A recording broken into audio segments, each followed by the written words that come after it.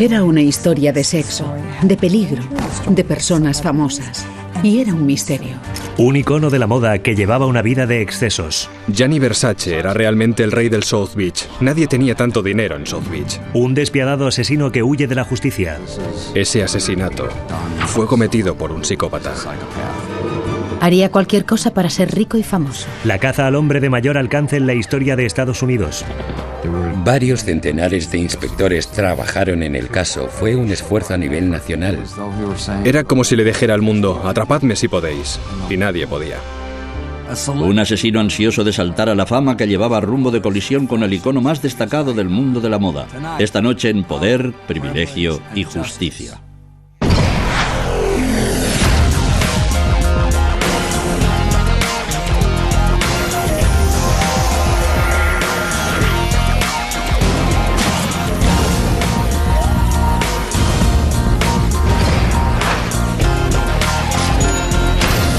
Crímenes imperfectos, ricos y famosos, diseños mortales. Milán, Italia. Un mundo de glamour y fantasía al más alto nivel. En 1997, Gianni Versace ocupa el trono del mundo de la moda. En todas las revistas habían anuncios de Gianni. Gastaban $50 millones al año en publicidad, sus libros, sus amigos famosos y sus extraordinarios vestidos. Los provocativos diseños de Versace aunaban un exquisito sentido artístico con el atractivo sexual más explícito. Era el diseñador favorito tanto para las estrellas del rock como para las familias reales, y sus espectaculares desfiles eran acontecimientos imprescindibles. La gente que acudía a los desfiles se volvía loca. También era todo muy teatral. Las luces, la música, el ambiente, todo era perfecto. Versace poseía casas en Milán, el lago de Como y Nueva York. Pero en cuanto al lujo más extravagante, ninguna podía compararse con su mansión de South Beach, la Casa Casuarina. La casa de Gianni Versace recordaba la residencia de un emperador romano, con sus mosaicos, sus azulejos, los muebles, la piscina. Era literalmente como entrar en unos baños romanos. La sensación que producía era increíblemente decadente. Le encantaba regresar allí después de los desfiles más importantes, después de toda la tensión, el estrés de un importante desfile de moda. Volaba a Miami y se pasaba unos días tumbado al sol. Le gustaba Miami, le gustaba ir allí. Es que todo el mundo le conocía, siempre le saludaban. Buenos días, señor Versace. Hola, buenos días. ¿Qué tal está usted? Bien, bien. La mañana del 15 de julio, Gianni se levantó temprano. Hizo lo que solía hacer cuando estaba en Miami. Hacia las 8:15, 8:30 salió de su casa y se fue paseando por Ocean Drive hasta el News Café. Tras leer el periódico con su capuchino matutino, Versace volvió a casa andando y abrió la maciza verja de hierro de su mansión, completamente ajeno al hombre apostado entre las sombras. Al parecer, las revistas de moda habían publicado el itinerario habitual de Versace y él estaba esperándole. El hombre en las sombras era Andrew Cunanan, de 27 años. Para sus amigos era un carismático juerguista, pero bajo la superficie se había ido desarrollando una peligrosa personalidad. Andrew Philip Cunanan había nacido en 1968 en un barrio obrero de San Diego. Su madre, Mary Ann, era hija de inmigrantes sicilianos. Su padre filipino, Pete, era un oficial de marina que más tarde se convirtió en agente de bolsa. Pete Cunanan siempre había sido muy ambicioso. Quería hacerse rico, ser alguien importante, y transmitió esos valores a Andrew. Que tu aspecto y tu dinero eran mucho más importante que si te ganabas la vida honestamente o tenías buenos valores familiares. Andrew estudió en Bishops, un exclusivo instituto privado en la selecta localidad de La Joya. Creo que para la familia fue un esfuerzo económico muy grande mandarle a estudiar a Bishops, pero hacían todo lo posible para complacerle porque era muy exigente. Aunque abiertamente homosexual desde la adolescencia, Andrew engañaba en cuanto a los demás aspectos de su vida. Andrew empezó a mentir muy pronto. Quería hacer creer a la gente que su ambiente familiar era muy distinto de la realidad. Tenía una personalidad muy fragmentaria. Era una persona que se apoderaba de elementos varios de las vidas de otra gente y pretendía que eran suyos. Era un maestro de la vaguedad. Te daba suficiente información para tenerte contento y luego se esfumaba. Le encantaba llamar la atención, le encantaba ser el centro de todo. Pero en su tercer año en Bishops, este anhelo constante le llevó a emprender un peligroso sendero. Hay muchos indicios de que en Bishops Andrew empezó a consumir drogas. Su grupo de amigos estaba bastante relacionado con las drogas y seguramente empezó entonces a frecuentar hombres mayores para conseguir la ropa que quería, etc. Siempre me decía que cuando fuera mayor tendría todo lo mejor que se puede conseguir en la vida. A Andrew tampoco le gustaba trabajar duro. Quería que se lo regalaran todo. Andrew empezó a estudiar en la Universidad de California, en San Diego, pero abandonó los estudios en menos de un año. Cuando le decías, Andrew, ¿por qué lo has hecho?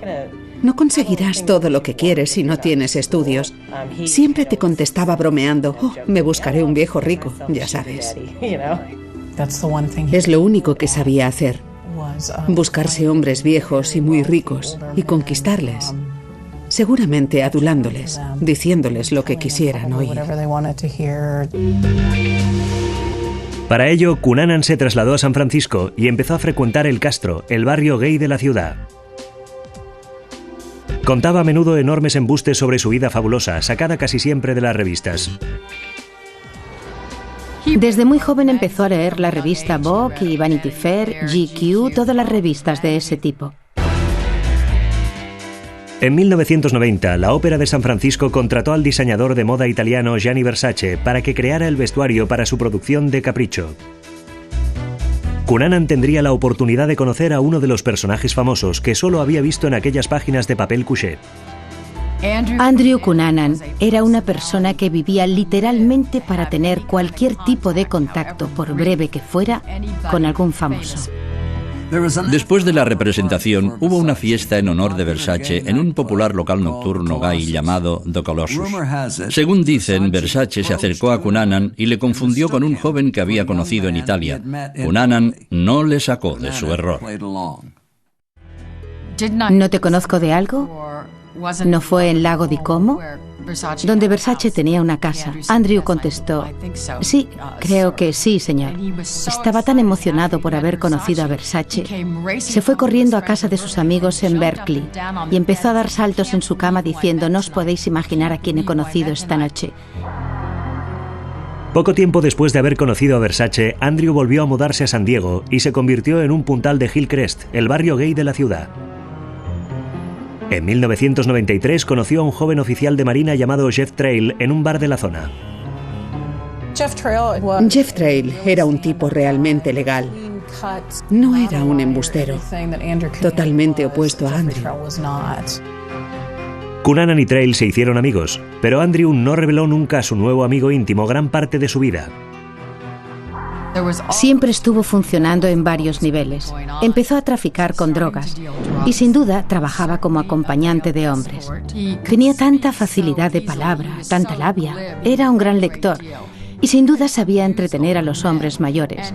No cabe duda de que ofrecía sus favores a los viejos. En 1994 le tocó el gordo. Norman Blatchford era un rico empresario cuyo compañero durante 26 años acababa de fallecer.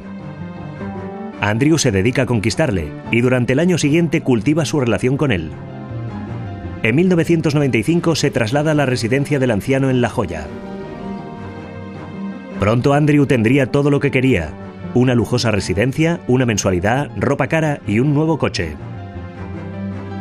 Cuando me lo encontré al cabo de unos años, le pregunté, ¿has encontrado ya a tu viejo rico? Y me contestó, oh sí, me trata muy bien. Pero a Andrew no le bastaba con un solo hombre. Y cuando conoció a David Matson, un atractivo arquitecto de Minneapolis de 31 años, se enamoró perdidamente de él. Andrew cortejó a Matson, invitándole sin cesar a restaurantes caros y colmándole de regalos. Contó a mucha gente que David Matson era el amor de su vida, que había encontrado a su hombre y que le adoraba. Pero ni Matson ni Blatchford debían saber de la existencia del otro. Para Andrew era un tormento, porque esa doble vida solo generaba más y más mentiras, porque no podía estar con David Matson y David Matson no lo entendía. Pero todavía había más secretos. Cunanan empezó a aficionarse a la metadona cristal, al sexo duro y al sadomasoquismo. Una vez me dijo: Stacy, no tienes ni idea de lo que soy capaz. Andrew podía saciar sus deseos de sexo y drogas, pero sus ansias de celebridad eran cada vez más voraces. De hecho, estaban a punto de empujarle hacia un rumbo mortal. Gianni había nacido en Calabria, en el sur de Italia. Su madre era modista, tenía un taller de costura, y él ayudaba a su madre. De allí le venía su pasión por la moda. Empezó a convertirse en una estrella en cuanto se marchó de casa y se trasladó a Milán con 24 años. Lanzó su propia empresa en 1978. Su hermano Santo vino a ayudarle con los aspectos empresariales del negocio y Donatella también estaba allí como su brazo derecho. A principios de los 80, Gianni compró un palazzo en el centro neurálgico de la moda de Milán, donde residía y tenía a la vez su taller. La emblemática medusa de Versace daba la bienvenida a todo el mundo que entraba en el palacio. Para Gianni, la medusa representaba la seducción, algo que te infunde temor, pero que a la vez te atrae. La medusa era Versace, por supuesto. A finales de los 80 y principios de los 90, la fama de Versace se disparó. Tuvo un éxito enorme en Estados Unidos y atrajo a toda una legión de ricos y famosos. Era capaz de dar un aspecto increíblemente sexy a las estrellas de rock y a las estrellas de cine. Tenía un talento enorme para envolver a las celebridades. Muchos de los diseños de Gianni estaban inspirados por la vida que llevaba en South Beach, en la Casa Casuarina. Para él, Miami era una especie de país de las maravillas, como el de Alicia. Era una fantasía. Rica, pero fantasía al fin y al cabo. Cuando Gianni estaba en Miami, todo el mundo estaba al corriente de sus idas y venidas. Versace había comprado la Casa Casuarina en 1992 por $2,9 millones y la había transformado en un palazzo de 1.800 metros cuadrados. Desde sus techos forrados con piel de leopardo hasta su ornamentada piscina de mosaico o su cancha de voleibol de color rosa, todo era puro Versace.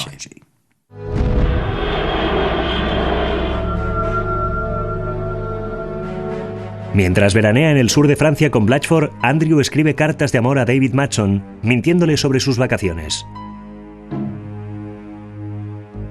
De regreso a La Joya, aquel otoño, exige a Blatchford que le compre un Mercedes valorado en $125.000. Le dijo: si no me lo das, te abandonaré. Y Blatchford contestó: vale, vete. Matson también se está cansando de las excusas de Cunanan y su comportamiento imprevisible. Poco después de que Blatchford despidiera a Andrew, Matson también rompió con él.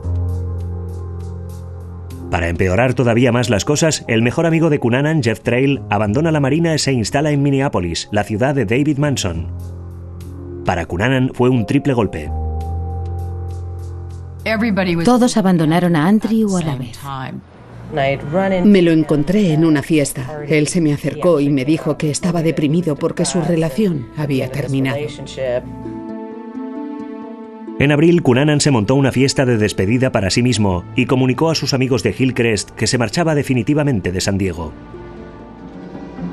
Obviamente, mintió sobre sus planes inmediatos. Dijo que se iba a San Francisco, pero de hecho, compró un billete solo de ida hacia Minneapolis. David no deseaba la llegada de Andrew.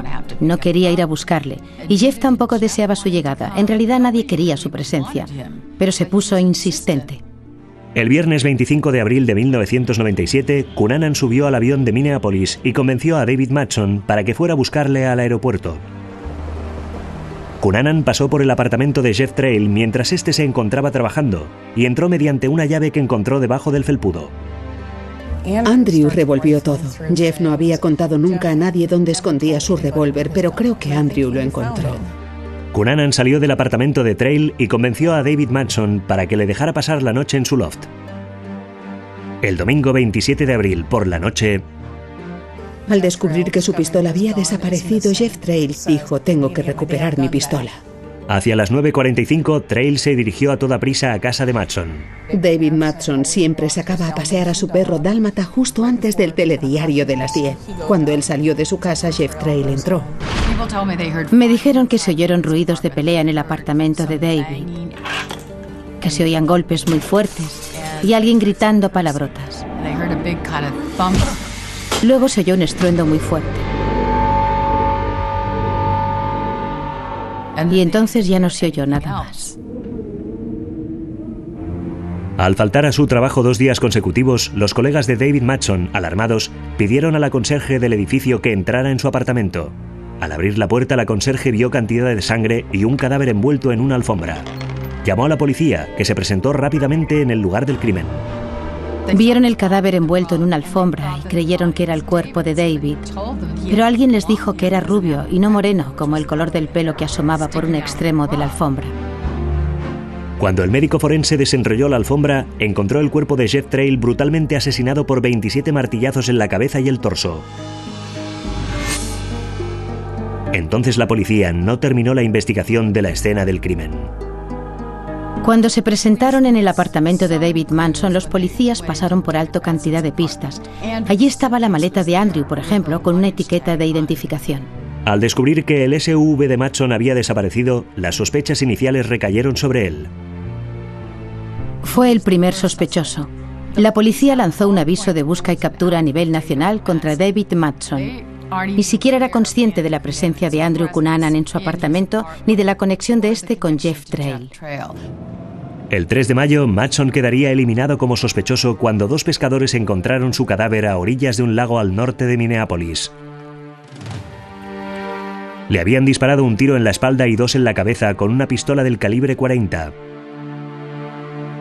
La policía pensó que Madson había regresado a casa poco después de que Cunanan matara a Jeff Trail y que su antiguo amante le había tenido secuestrado durante 2 días.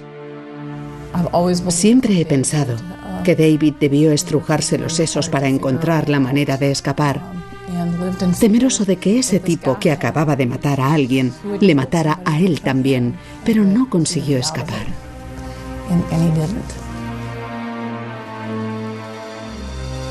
Tras registrar de nuevo el apartamento de Madson, la policía encontró la maleta negra de Cunanan que contenía esposas, ataduras para las piernas, pornografía sadomasoquista, balas del calibre 40 y una funda de pistola vacía, pero ningún arma.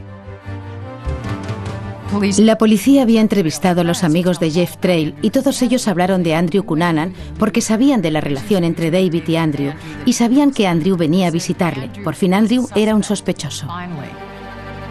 La línea divisoria entre la fama y la mala fama es muy fina. Aunque fuera de una forma perversa, Cunanan había conseguido lo que quería, que le conocieran en todo el país, y como cualquier celebridad que se preciara, sabía cómo mantener las distancias.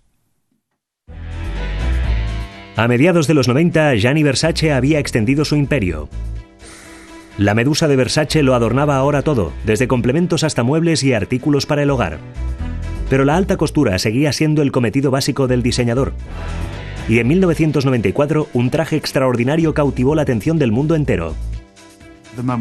El momento en que Elizabeth Hurley llegó al estreno de una película vestida con el traje de imperdibles de Versace, el mundo entero enloqueció y Versace se hizo famoso a nivel mundial. El traje contribuyó a lanzar la carrera de Hurley y el nombre de Versace empezó a estar en boca de todos.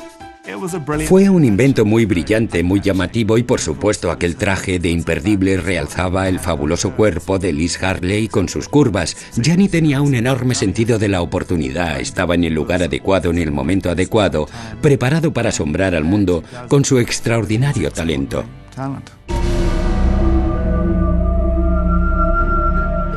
4 de mayo de 1997.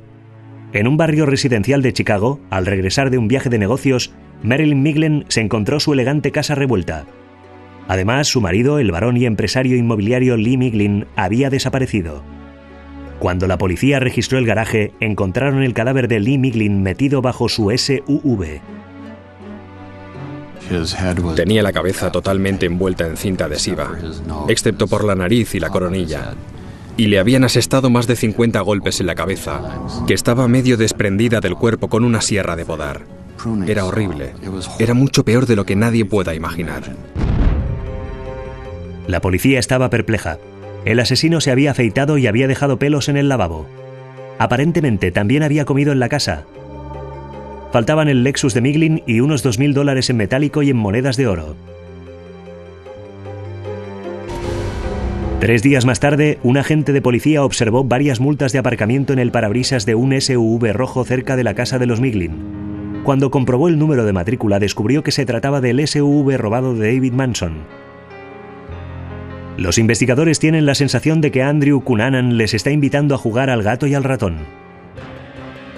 La policía pensó que debía haber alguna conexión y por lo tanto empezaron a buscar las huellas digitales. Empezaron a buscar otras pruebas y Andrew volvió a convertirse en sospechoso. Un honesto empresario muy conocido relacionado en la muerte con un prostituto.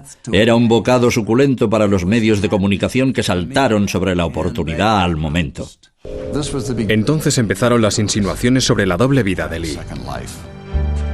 La familia de Miglin negó que este hubiera tenido alguna relación previa con Cunanan, y la policía de Chicago les dio la razón. Pero los rumores no se acallaron.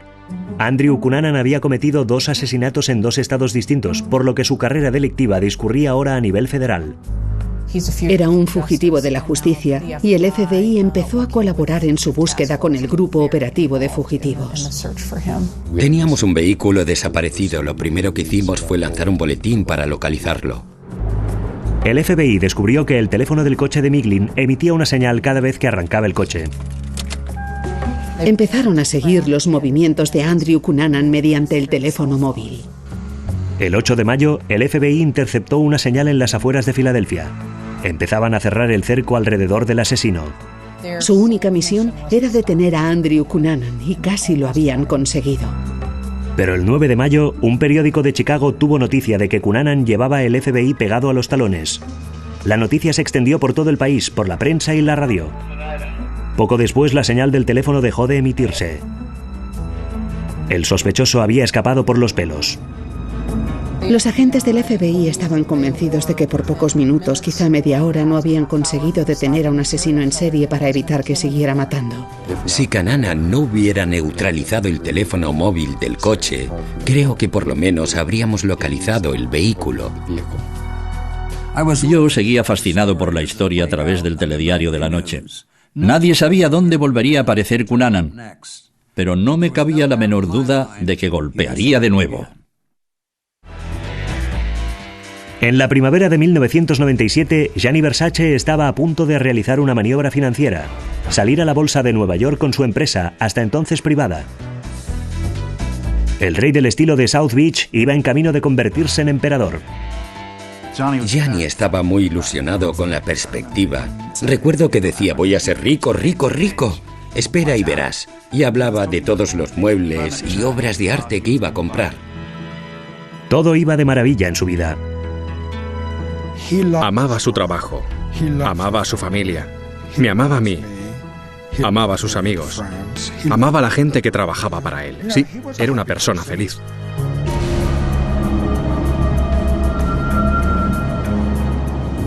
Mientras tanto, Andrew Cunanan circulaba por el sur de Nueva Jersey, desesperado por deshacerse del Lexus de Lee Miglin. Entró en un cementerio abandonado, avanzó por un aislado camino de tierra y se detuvo al lado de la casita del conserje. William Reese no le vio llegar. Andrew le obligó a arrodillarse, le disparó a bocajarro en la cabeza, como una verdadera ejecución, y se llevó su camioneta. Al ver que su marido no regresaba a casa para cenar, la mujer del conserje Reese llamó a la policía. En la casita del cementerio, los agentes encontraron a Reese muerto y el Lexus de Lee Miglin aparcado cerca del cadáver. No tardaron mucho en darse cuenta de que Cunanan había golpeado de nuevo. Entonces, la persecución de Andrew Cunanan en una camioneta roja arrancó de nuevo. Durante toda su vida, Andrew Cunanan había sido un camaleón social. Una práctica perfecta para un hombre que siempre había deseado no desentonar con su entorno. Siguió escapando a las autoridades aunque le tuvieran bajo sus narices. El FBI y los miembros de su equipo operativo estaban extraordinariamente frustrados ante la imposibilidad de encontrar a aquel hombre. Los medios de comunicación a nivel nacional saltaron sobre la historia. La orgía asesina de Cunanan se convirtió pronto en noticia de portada. La atención de los medios alentó todavía más su impulso asesino, le hinchó el ego. Era fácil imaginarlo presumiendo. Pero por primera vez en su vida, Cunanan tiene que evitar la luz de los focos. Está solo, volando en dirección sur por la 95, mientras el FBI se devana los sesos para adivinar su siguiente movimiento. Hablaron con todas las personas que sabían que le conocían. Familiares, amigos, conocidos, y establecieron sistemas para que cualquiera de ellos que tuviera noticias de Andrew les llamara enseguida. Hacia el 11 de mayo, Cunanan llegó en coche a Miami Beach. Miami era el escondrijo perfecto para Andrew, porque South Beach, otra comunidad gay en la que podía moverse fácilmente, es un pueblo turístico donde nadie conoce el pasado de los demás. Es una comunidad transeúnte, la gente va y viene y nadie se extraña de ver a un desconocido. Encajaría perfectamente, su aspecto era hispano y allí nadie repararía en su apariencia. En el extremo norte de Collins Avenue, la arteria principal de Miami Beach, encuentra un lugar donde instalarse: el Hotel Normandy Plaza. La zona alrededor del Normandy Plaza era la cara oscura de South Beach, con cantidad de hoteles de mala muerte, muchos vagabundos en mala racha, bebiendo de sus botellas de whisky y pasando días y noche en la playa. Cunanan había encontrado el escondrijo ideal. Aparcó la camioneta, alquiló una habitación e intentó no desentonar con el ambiente. Si no haces nada para llamar la atención de la policía, no tienes motivo alguno para preocuparte.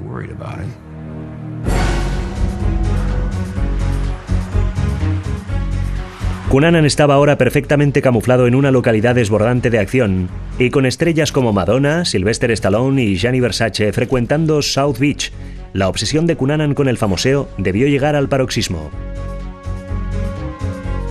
En el número de junio de 1997 de la revista Vanity Fair aparecía un reportaje fotográfico sobre la opulenta mansión de Versace en South Beach. Me imagino perfectamente a Andrew sentado en su habitación de $39 la noche en el Normandy, hojeando su revista favorita y tratando de planear su siguiente movimiento. En el verano de 1997, Gianni Versace presenta su colección más espectacular hasta la fecha. Toda una línea de alta costura realizada en tejidos metalizados. Las críticas son entusiastas. El desfile de moda de Gianni en París marcó la cúspide de su fama. Fue fantástico verle en la pasarela después del desfile, regodeándose con los aplausos, y era evidente que estaba en lo más alto de su carrera. Tras presentar la colección, Gianni y Antonio volaron a casa Casuarina. Estaba deseando pasar 3 semanas al sol descansando después de todo el estrés. Estaba realmente enamorado de aquel lugar. Es que desprende una energía especial. Tiene un ambiente y un colorido más bien sudamericano. Un colorido cubano. Ese tipo de ambiente. Y estaba la música. La presencia de Versace en Ocean Drive contribuyó a convertir South Beach en una glamurosa meca gay. Había tanta droga, tantos chaperos, tanta gente rara en la zona que se cernía la sensación de que algo malo tenía que pasar.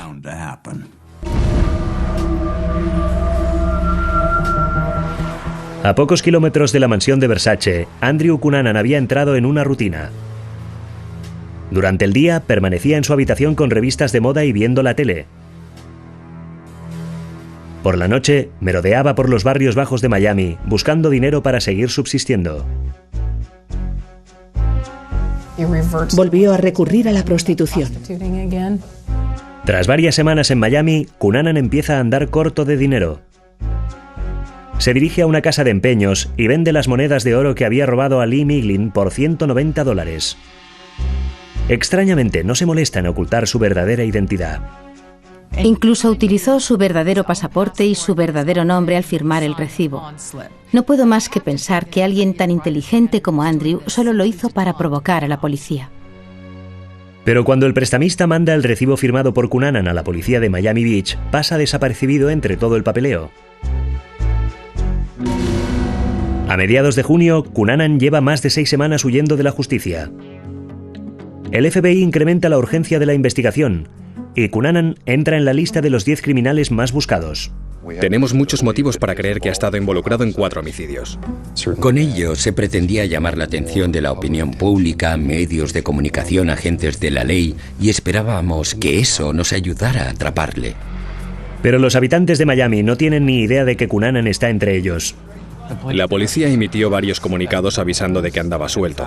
Algunos periódicos locales publicaron la noticia de que le andaban buscando, incluso publicaron un retrato robot. Pero nadie iba a cerrar un bar por ese motivo.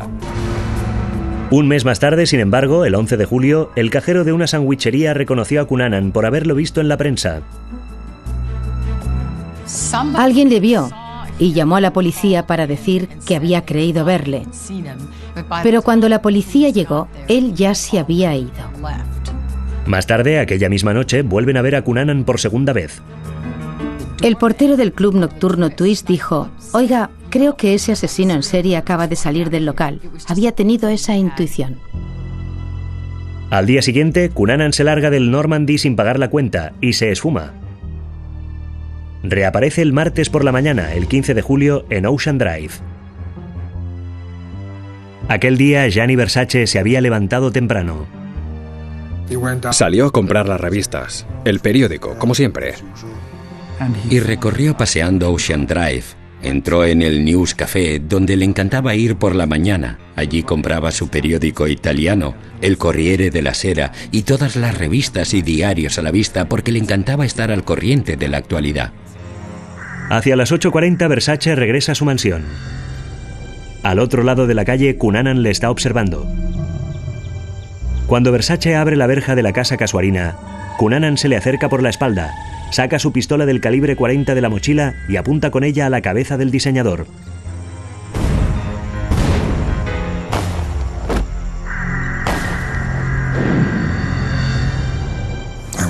Yo estaba dentro y oí los disparos. Y a partir de aquel momento todo fue una pesadilla.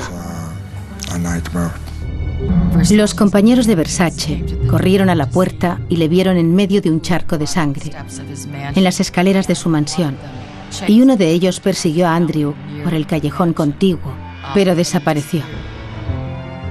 Cuando llegué, se me acercó un agente de uniforme, obviamente muy agitado. Me dijo: ¿sabes quién es? Le contesté: no. Y me dijo: es Gianni Versace. Y entonces tuve un poco la sensación de tierra trágame, porque me di cuenta de que iba a ser uno de aquellos casos que llamábamos APE, que significa emergencia política aguda. Numerosos agentes y funcionarios llegaron enseguida al lugar de los hechos, junto con una multitud de periodistas. Pero con Cunanan todavía suelto, no hay tiempo que perder. Sabíamos por lo menos hacia dónde había huido. Pedí a alguien que investigara en el garaje de la calle 13. La policía encontró su primera pista sólida en el tercer piso del garaje. Un montón de ropa al lado de una camioneta roja. Tras comprobar la matrícula del coche, descubren al cabo de unos minutos que ha sido robado por el hombre más buscado de América. Cuando el FBI llegó al lugar de los hechos, uno de los agentes me preguntó de qué calibre creía que era el arma homicida. Le dije que era una pistola del calibre 40 y con ambos elementos pudimos hacernos una idea bastante clara de quién había sido el asesino. Cunanan había golpeado por quinta vez. Su famosa víctima es conducida a toda prisa al hospital Jackson Memorial. A las 9:21 de la mañana se anuncia el deceso de Gianni Versace. La caza al hombre tras Andrew Cunanan se intensifica de inmediato. Entraron en acción muchos otros policías. Era obvio que se había puesto toda la carne en el asador, por decirlo de algún modo. En el interior de la camioneta roja, la policía encontró el permiso de conducir de Andrew y su pasaporte. Era obvio que el asesino de Versace quería que el mundo entero conociera su nombre. Bajo los focos del espectáculo mediático se preparaba para su gran apoteosis final.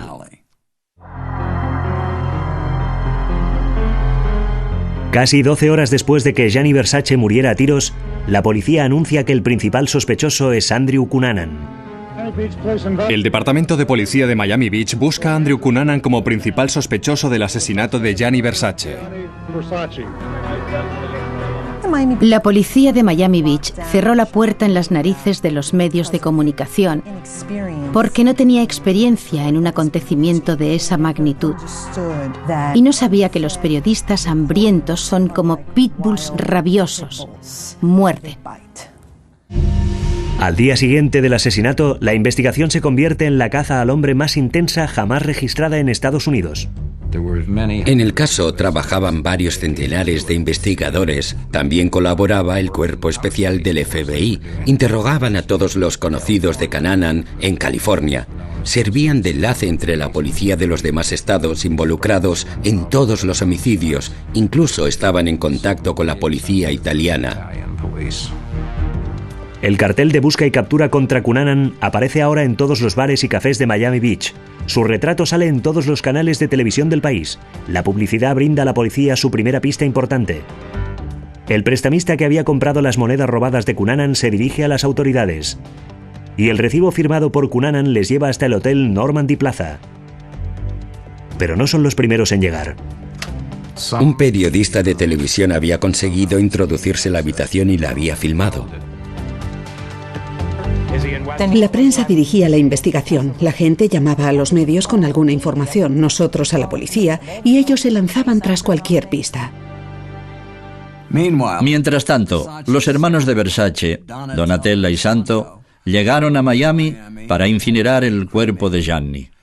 Donatella se llevó sus cenizas de regreso a Milán en una urna cubierta de orquídeas. Muy Versace. Pero Cunanan seguía ilocalizable.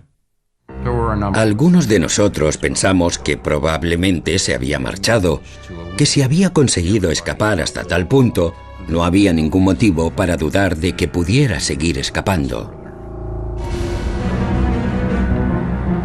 Pero entonces, una semana después del asesinato, el guardián de una casa flotante se da cuenta de que alguien ha entrado y que todo está revuelto en el interior. Suena un disparo. La policía llega en menos de 5 minutos, al igual que los medios de comunicación. Una fuente muy fiable me llamó y me dijo 5250 Collins. La policía creyó que por fin tenían acorralado al asesino. Las tropas de asalto llenan la casa flotante con spray de pimienta con la esperanza de obligarle a salir. Habían acordonado la calle, habían hecho salir a la gente de los barcos, era como una zona de combate. Había tiradores de élite apostados en toda la calle. El asedio se prolonga toda la tarde y las cámaras de televisión no se pierden ni un minuto. Veíamos ondear las cortinas y estábamos absolutamente convencidos de que Cunanan estaba detrás de la ventana. Mientras tanto, en Milán se está desarrollando otro espectáculo mediático. Fue un funeral muy solemne en el Duomo de Milán. Fue un funeral muy distinto de los demás. Las cámaras de televisión filmaron a la princesa Diana sentada en primera fila, al lado del Elton John, y los dos sollozaban apoyándose mutuamente. Fue un momento extraordinario. Incapaz de hacer salir a Cunanan de su escondrijo, la policía no tiene más remedio que entrar a por él. Era obvio que alguien había estado viviendo allí. La tele estaba encendida. Unos cojines del sofá estaban en el suelo, delante de la tele, como una especie de cama. La policía subió al primer piso, pero ni rastro de Cunanan, hasta toparse con una terrible escena. El cuerpo de Cunanan estaba tumbado en la cama. Cerca de su mano estaba la pistola. Al parecer se había puesto el cañón en la boca y había disparado. Todo indicaba que había muerto al instante. Un suicidio.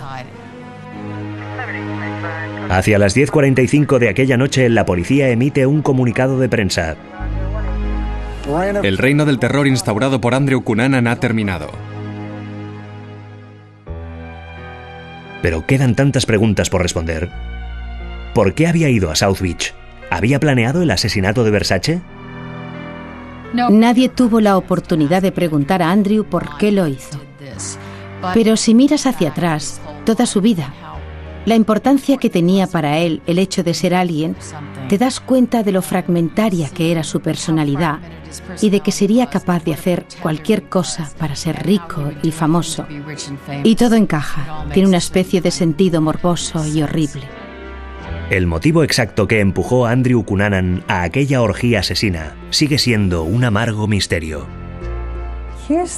Era un pringado que no tenía nada que ofrecer a nadie, que había causado dolor, que había hecho daño. ¿Y todo para qué? ¿Para una historia de asesinato? Toda su vida era repulsiva. Vivía de los demás. Y murió viviendo de los demás y pretendiendo ser lo que no era. Y dejó atrás innumerables familiares y amigos de sus víctimas afectados para siempre.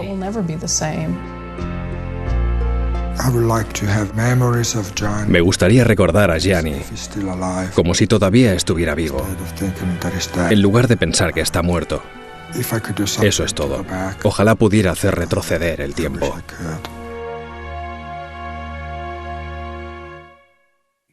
Tras las verjas de hierro forjado de la casa casuarina, se cultivaba un estilo de vida de excesos y extravagancias que Andrew Cunanan solo podía soñar. Excluido de este mundo, encontró su propia y retorcida versión de la fama, vinculando para siempre su nombre con el recuerdo de Gianni Versace. Dominic Dunne, para la televisión judicial.